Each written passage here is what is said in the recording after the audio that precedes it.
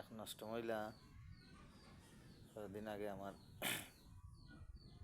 বিরুদ্ধে একটা মামলা করছে। আমি আমি না আমি তাই ডয়ার ভাঙ্গের টাকা 3 লাখ আন দিছি। তবে এক মামলা তো করতে পারে, কারণ মামলা তো তার স্বাধীনতা আছে, দেশের স্বাধীনতা আছে। একজন নাগরিকের একজনের বিরুদ্ধে মামলা করতো, এটা তার অধিকার। মামলা করছে, ধরো ডয়ার ভাঙ্গে 3 লাখ টাকা আমি আনলিছি, চুরি করে দিছি। তাও তার গরু মানুষ আসলাম, এটা যাই হোক।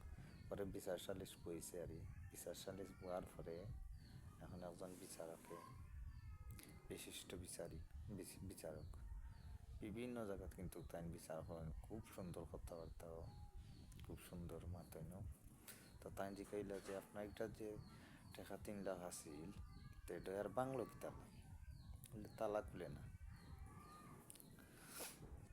খুলে না, একটা তালা যদি একটা ডয়ারের একটা তালা মনে হলে কতদিন না করলে এটা জব্দ হয়ে যাব, মানে খুলতো না। একেবারে কমসে কম 5-7 মাস, বছর খানিক বন্ধ থাকতে হইব, তো এই তালা একটা নষ্ট হইব বা জং ধরার কারণে হয়তো খুলতো না। তো বিচারে প্রশ্ন করলা যে আপনার ডয়ার কতদিন থাকি এইটাতে ইয়ে এই বন্ধ? 6-7 মাস থাকে।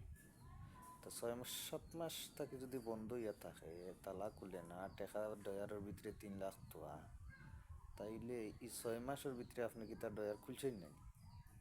বা 6 মাস আগে কি তার টাকা 3 লাখ তুইছিলেন?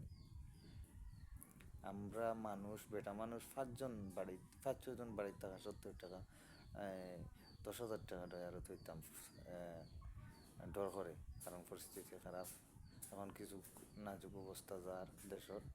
তো আপনি বেটি মানুষ একলা বাড়িতে থাকেন, তাও টাকা ডয়ারও 3 লাখ টাকা, এটা তো বিশ্বাসযোগ্য নয়।